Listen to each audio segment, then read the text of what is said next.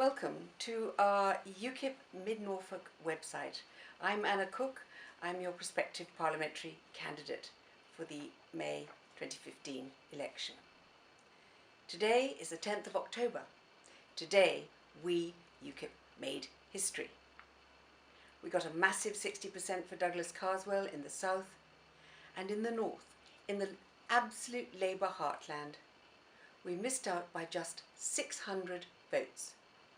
Now, that turns that tired old Tory mantra on its head, because if Grant Shapps and others had not consistently wagged their fingers at the Tory electorate, telling them they dare not vote UKIP because if they did, they would let in Labour, if they had not done that, then some more Tories would almost certainly have voted for UKIP instead in the north, and we would have taken a seat away from Labour.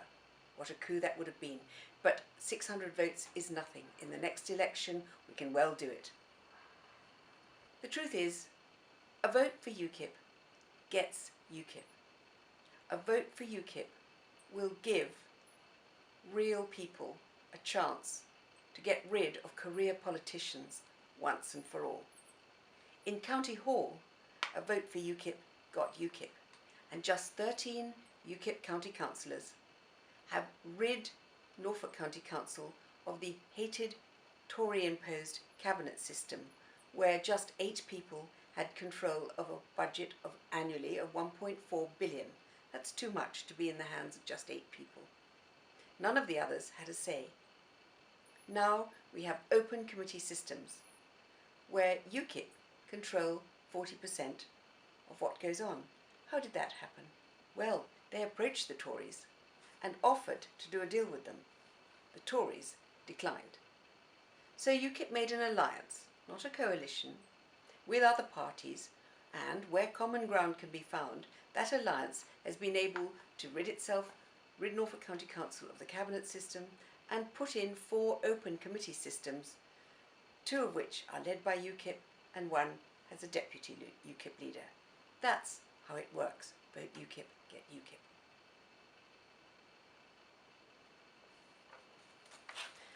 The Tory government has not made a great success of its time so far, and it has little time left. In Norfolk, George Freeman and others have been complicit by doing nothing in the demise of this country. They have allowed quangos to flourish. They have allowed our coastline to be covered in unworkable and ridiculous windmills. They have allowed massive development on a huge scale without proper infrastructure to go with it across our beautiful Norfolk countryside. And in the bigger picture, by their deafening silence, they have been complicit in all these Tory failures. They have slashed the armed forces. They have allowed quangos to flourish. They have increased foreign aid to a massive £33 million a day. That's a disgrace, particularly as it goes out to people like Mugabe and to countries like North Korea and even Argentina. Meanwhile, at home, we have food banks. This is intolerable. We also target the disabled or the elderly because they are an easy target. And we frighten them by asking them to fill out more and more forms in order to gain their benefits. This shouldn't happen. David Cameron has promised a referendum. I do not believe it. None of UKIP believes it, because he has been complicit absolutely in denying this country a referendum for 4.5 years. He's now talking about maybe in 2017. No one believes you, Dave. Do it now if you really mean it. He also says that he's going to renegotiate. We know that this is not possible. Under the Lisbon Treaty, renegotiation simply isn't on the agenda, and it will take 26 other countries to agree with him in order to get it. No, the only way is to revoke the 1972 Act and revert to free trade, which is all this country ever voted for.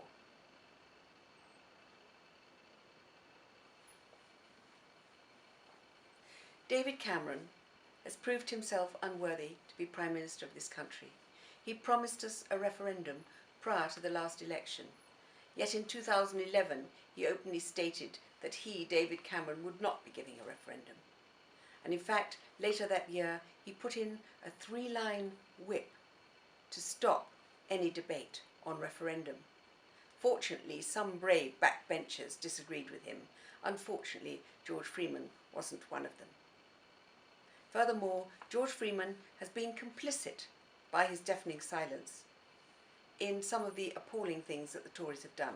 For example, slashing the armed forces, allowing quangos to flourish, covering our beautiful countryside with massive housing development with no infrastructure to go with them, in covering our beautiful coastline with unworkable windmills. Furthermore, David Cameron has lied again to the British people. He keeps assuring us that he has cut the amount of money that goes out to Europe. In fact, it has increased by £700 million. Our national debt, which stood at 700 billion under Labour, is now 1.3 trillion pounds. And yet they dare to claim that they've done a good job with the economy. They've doubled the national debt. We must change British politics forever and allow real people from the real world to bring their expertise to Parliament instead of allowing career politicians to flourish. Vote UKIP, get UKIP, and give us a chance to put our backbone into this country and to serve you.